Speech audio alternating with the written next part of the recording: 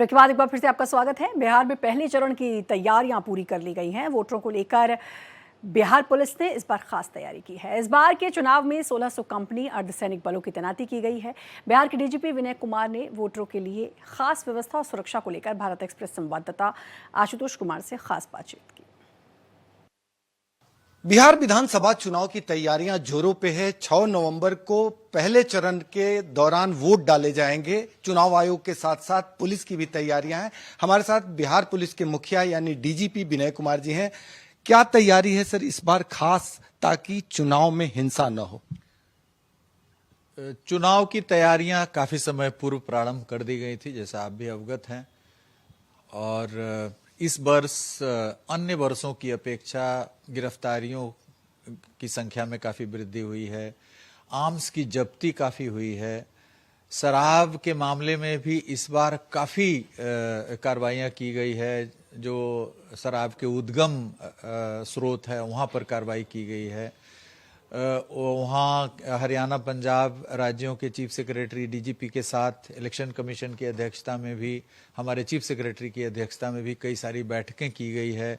उन राज्यों के प्रतिनिधि बिहार में आकर के और कार्रवाई कर रहे हैं। उन राज्यों से लीकर का परमिट अभी सस्पेंड कर दिया गया है इलेक्शन। तो बहुत सारी कार्रवाइयां की गई है लीकर पे कंट्रोल के लिए, आर्म्स पे कंट्रोल करने के लिए। गोलियां आप देखे होंगे कि इस बार हम लोग हजारों, करीब 40,000 के लगभग गोली हम लोग जब्त किए हैं अभी तक।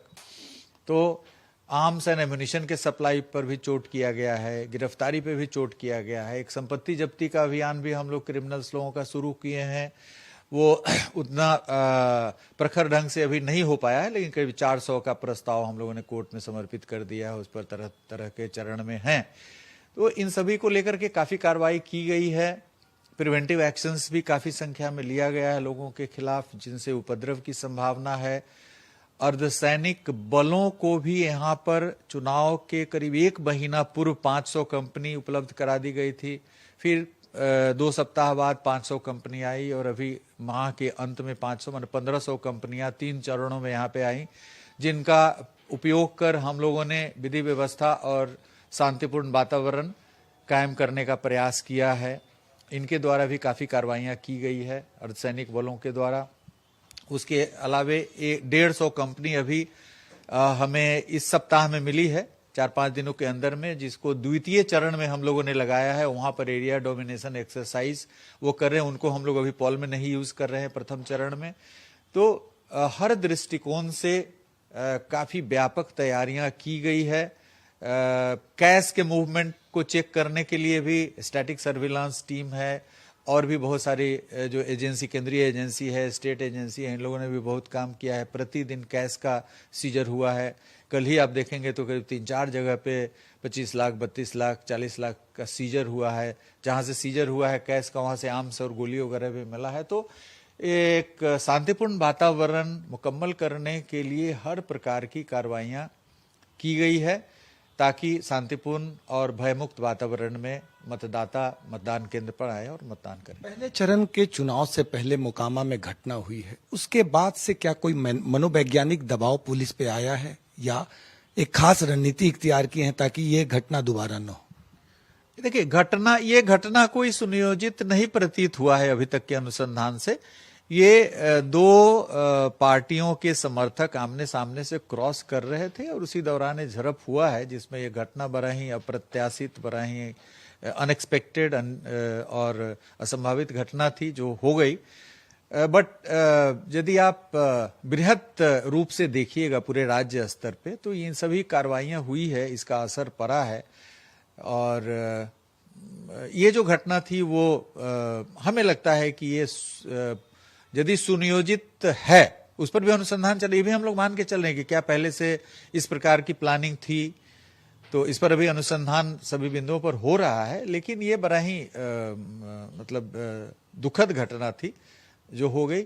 इसके पहले से हम लोगों ने पूरी तैयारी कर रखी है और वो तैयारी जो है उसी गति से आगे भी बढ़ी है और अभी भी चल रही है। अभी भी हमारी पुलिस काफी सक्रिय है हर क्षेत्र में और द्वितीय चरण वाले क्षेत्रों में भी काफी सक्रिय है हमारी पुलिस। कई सीटों पर बाहुबली आमने सामने है, पहली घटना हुई है, उन बाहुबली वाले सीटों पे पुलिस की कैसी नजर है? किस रणनीति के तहत आप लोग काम कर रहे हैं कि दोबारा मुकामा वाली घटना न हो जाए? क्या कोई खास रणनीति आप लोग इख्तियार किए हैं? नहीं, जो भी इस तरह के कैंडिडेट है उन पर वीडियो सर्विलांस टीम लगाया गया है। कई के विरुद्ध आगे या पीछे 2 वीडियो सर्विलांस टीम लगाया गया ताकि वो मजिस्ट्रेट, पुलिस पदाधिकारी और वीडियो के पूरे नजर में रहेंगे। तो उनके विरुद्ध अन्य कार्रवाइयों के अलावे उन पर पूरी तरीके से सन्निकट निगरानी रखी जा रही है और जहां कहीं आदर्श आचार संहिता का उल्लंघन देखा गया उसमें एफआईआर दर्ज किया गया। वैसे इलाके या वैसे विधानसभा क्षेत्र जहां बाहुबली उम्मीदवार होते हैं, जनता के बीच एक भय का वातावरण होता है, हम वोट देने जाएं ना जाएं, या कभी कभी दबाव भी बनाया जाता है। तो वोटर मतदान केंद्रों तक जाए, भयमुक्त जाए, क्या इसके लिए भी पुलिस की तरफ से व्यवस्था की गई है? नहीं, इसके लिए काफी व्यवस्था की गई है और काफी सारी कंपनियां जो है एरिया डोमिनेशन और जो पॉकेट है, वल्नरेबल पॉकेट है, हमारे एसटीएफ की टुकड़ियां वल्नरेबल पॉकेट्स में डिप्यूट कर दी गई हैं, वहां पहुंच गई हैं। जहां भी हम लोग सोच रहे हैं कि जहां इस प्रकार के वोटर्स हैं जिन पर किसी प्रकार का दबाव बनाया जा सकता है, तो उन सभी एरिया को कवर किया गया है। स्पेशल जो हमारे कंपनीज है उससे, एसटीएफ से और जो हमारे जिला पुलिस के भी जो बल है उन सभी से कवर किया गया है। और इस प्रकार की कोई शिकायत हमारे मोबाइल पे भी जनता पूरा एसएमएस वगैरह करती है, सूचनाएं मिल रही, लेकिन इस प्रकार की कोई शिकायत कहीं से अभी तक नहीं हमको प्राप्त हुआ है कि हमको कोई धमका रहा है कि वोट दिया तो हम आपके ऊपर हिंसा का प्रयोग करेंगे। इस प्रकार की सूचना अभी तक नहीं आ पाई है कोई खास। ऐसी सूचना संग्रह करने के लिए पुलिस की कोई खास टीम या कोई खास नंबर भी है क्या, जिसपे जनता सीधा संवाद कर सके कि अमुक कैंडिडेट या उनके समर्थक हमको डरा रहे हैं, धमका रहे हैं? हर जिले में जिला पदाधिकारी के द्वारा जिला नियंत्रण कक्ष सुचारू रूप से संचालित किया गया है, फंक्शनल है। उसमें काफी सारे लोग उस पर लगे हुए हैं जो हरनेस 24/7 काम कर रहे हैं। हमारा डायल 112 है, थानाध्यक्ष का नंबर परिचालित है, एसडीपीओ एसपी का नंबर परिचालित है, डीजी कंट्रोल का नंबर परिचालित है। तो बहुत सारे माध्यम हैं जिस माध्यम से जनता यदि समझ रही है कि कहीं पे भी कोई अनुचित दबाव बनाया जा रहा है नहीं वोट करने के लिए, तो सूचित कर सकती है और उस पर त्वरित कार्रवाई होगी। सर, बिहार में नक्सल प्रभावित जिलों की संख्या घटी है। अभी तक के आंकड़े के मुताबिक पुलिस अपने रिकॉर्ड में किन किन जिलों को नक्सल प्रभावित मान रही है और वहां क्या व्यवस्था की गई? देखिए, पुलिस का मानना नहीं है, इसका कैटेगराइजेशन एमएचए के द्वारा होता है। अभी हाल फिलहाल तक 6 था, वो नक्सल प्रभावित नहीं बल्कि उसे लीगेसी एंड थ्रस्ट डिस्ट्रिक्ट मानते हैं जो झारखंड बॉर्डर पे है। 6 जिले थे, उसको घटा करके अभी 4 कर दिया गया है। तो मात्र 4 जिले हैं जो हमारे लीगेसी एंड थ्रस्ट डिस्ट्रिक्ट के तौर पे चिन्हित है, नक्सल प्रभावित, नक्सल इफेक्टेड डिस्ट्रिक्ट के तौर पे नहीं चिन्हित है। और उन जिलों में भी कोई भी हिंसा की घटना हाल फिलहाल नहीं हुई है कहीं पे भी, बशर्ते कि हम लोग उन जिलों से जो पुराने नक्सली सक्रिय रहे हैं, जो वांछित हैं, उस तरह के करीब 250 नक्सलियों की गिरफ्तारी इस वर्ष हुई है, जो अन्य वर्षों की, हाल के अन्य वर्षों की अपेक्षा काफी अधिक है। आर्म्स, डेटोनेटर्स वगैरह, AK-47 भी बरामद हुआ है नक्सलियों के पास से। तो नक्सल के विरुद्ध जो अभियान है, जो पुराने नक्सली सक्रिय रहे, कांडों में वांछित है, उनमें भी काफी उपलब्धि हुई है।